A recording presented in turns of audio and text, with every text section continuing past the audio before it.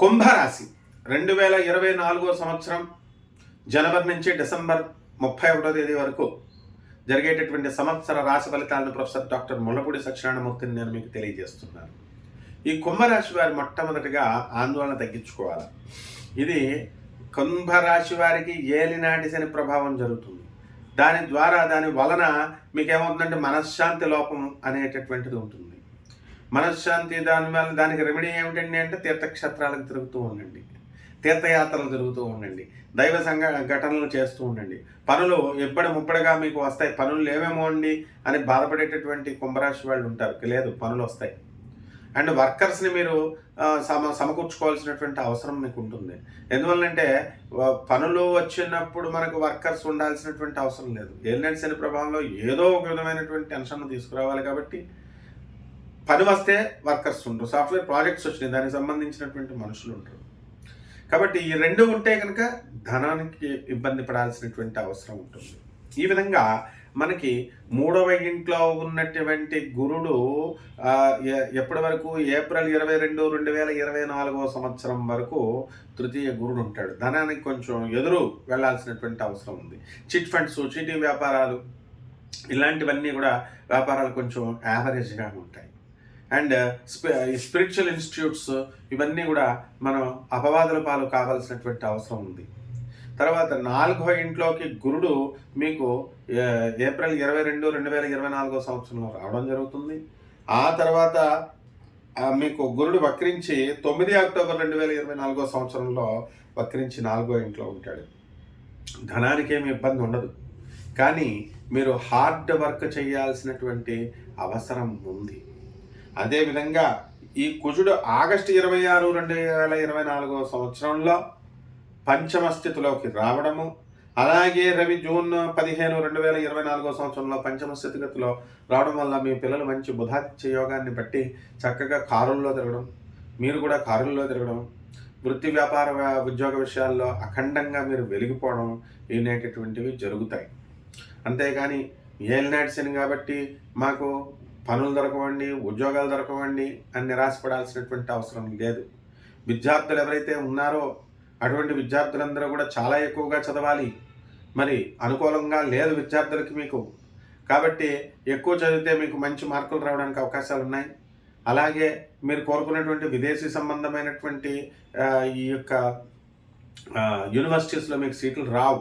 కాస్త ఎక్కువ చదివితే వస్తాయి. ఎందుకంటే అష్టమ కేతువు మీకు సుసైడల్ టెండెన్సీని తీసుకొస్తాయి. అరే ఎంతసేపు చూసినా మనస్సు ఏదో నీరసం, ఏదో నిస్సత్తువ, ఏదో సుసైడ్ చేసుకోవాలి అనేటటువంటి భావన, ఇలాంటివన్నిటిలో మధ్య మీరు ఈ సంవత్సరం అంతా కూడా కొట్టుమిట్టాడుతూ ఉంటారు. కాబట్టి ఎవరైతే మిమ్మల్ని నిరాశపరచాలనుకుంటున్నారో, ఎవరైతే మిమ్మల్ని ముందుకు తీసుకెళ్లకుండా ప్రోత్సహించకుండా నిరాశపరుస్తూ ఉంటారో, నిరుత్సాహపరుస్తూ ఉంటారో అటువంటి వాళ్ళకి దూరంగా ఉండాల్సినటువంటి అవసరం మీకుంది. అలాగే బంధువర్గంలో లేనిపోయిన అపనిందల్లోకి మీరు రావడానికి అవకాశాలు ఉన్నాయి. కాబట్టి రామ అంటే బూతు అనే విధంగా ఈ కుంభరాశి వాళ్ళకి వినబడుతుంది. కాబట్టి పాపం ఈ కుంభరాశి వాళ్ళు తప్పు లేకపోయినప్పటికీ మీరంతా కరెక్ట్గా ఉండి మీరంతా కరెక్ట్గా చెయ్యాలనుకున్నప్పటికీ కూడా మిమ్మల్ని చేయకుండా గ్రహం అష్టదిగ్బంధనం చేస్తుంది. కాబట్టి దాన్ని బట్టి మీరు వ్యవహారం చేసుకోవాలి. కుంభరాశిలో ఉన్నటువంటి స్త్రీలు వేరే చోట్ల ఉద్యోగాలు చేసేటటువంటి వాళ్ళు ఉన్నారు. ఏమండి మరి మేము ఏలినాటి శని ప్రభావం వల్ల మాకు ట్రాన్స్ఫర్లు అవడం లేదండి అంటే, ఏలినాటి శని అంటేనే ఏంటి? మనల్ని శ్రమ పెట్టడం. కాబట్టి ఉద్యోగ విషయాల్లో ట్రాన్స్ఫర్స్ ఇంకా కొంచెం ఎక్కువ ట్రయల్స్ వేసుకోవాల్సినటువంటి అవసరం ఉంటాయి. ఫైల్స్ పెండింగ్లో ఉంటాయి. అలాగే గృహిణులు ఉన్నారండి, అరే మేము ఆఫీసులో కూడా చేస్తున్నామండి, మరి ఇళ్లలో కూడా మేము పనిచేస్తున్నామండి అనేటటువంటి వీళ్ళు ఏం చేయాలండి? వీళ్ళకి గుర్తింపు కోసం పోరాడుతూ ఉంటారు. పాపం ఈ గుర్తింపు అనేటటువంటిది రాదమ్మా. ఇంకా కొంతకాలం వెయిట్ చేయాల్సినటువంటి అవసరం ఉంది. ఏలినాటి శని టైంలో ఎవరికి కూడా గుర్తింపు రాదు. ఒకవేళ మీరు పని చేసినప్పటికీ కూడా ఆ గుర్తింపు వేరే వాళ్ళకి వెళుతుంది. ఇక్కడ సంతృప్తి పడాల్సినటువంటి అవసరం ఉంది. అలాగే వ్యాపారాల దగ్గరికి వచ్చేసరికి ఇనుము సంబంధించినటువంటి వ్యాపారాలు, ఐరన్ మెషినరీ, ఫౌండరీస్, తర్వాత ఈ యొక్క స్క్రాప్ బిజినెస్, ఈ ఐరన్ మెషినరీ ఇవన్నీ కూడా టాటా స్టీల్స్ వరకు అలాంటి వ్యాపారాలన్నీ కూడా మీకు ధనాన్ని మీకు యావరేజ్గా ఒక 60%, 70% మీకు తెచ్చిపెడతాయి. జన్మ శని వల్ల బద్ధకం ఎక్కువగా ఉంటుంది. ఆ బద్ధకాన్ని మీరు పోగొట్టుకోవాల్సినటువంటి అవసరం మీకు ఉందని చెప్పాలి. ఆ తర్వాత చక్కగా ఈ యొక్క కెమికల్స్ వ్యాపారాలు చూద్దాం.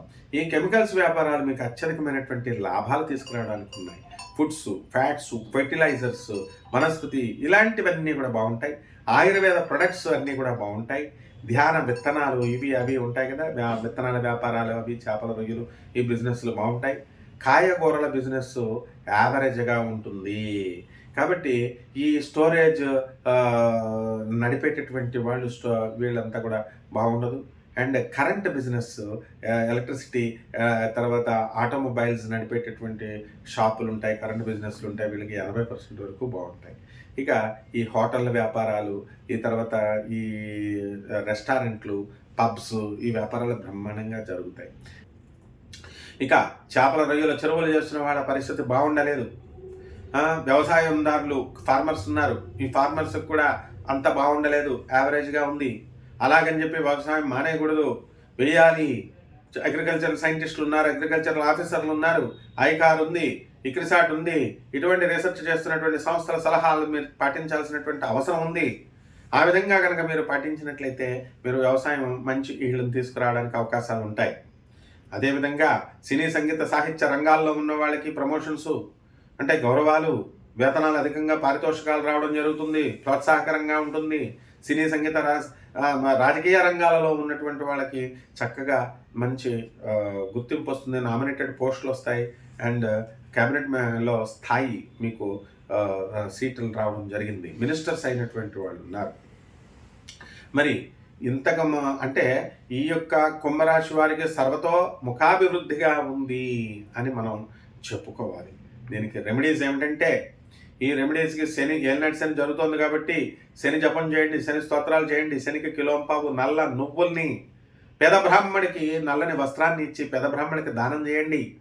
నల్ల నువ్వులతో నవగ్రహ ప్రదక్షిణం చేస్తూ ఆ యొక్క నల్ల నువ్వుల్ని మీరు చక్కగా అభిషేకం చేయండి.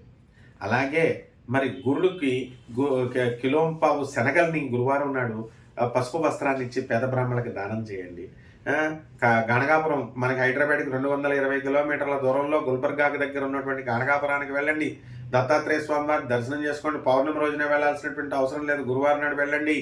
అలాగే వీరబ్రహ్మేంద్ర స్వామిని కానీ, రాఘవేంద్ర స్వామిని కానీ, మీ ఇష్టం దక్షిణామూర్తిని కానీ ఏదో ఒక క్షేత్రానికో ఏదో ఒక గుడికి వెళ్ళి మీరు అక్కడ చక్కగా దర్శనం చేసుకోండి. ఈ విధంగా చేసుకోవడం వల్ల మీకు ఈ సంవత్సరం అంతా కూడా బ్రహ్మాండంగా ఉంటుంది. జాతకం శుభమస్తు.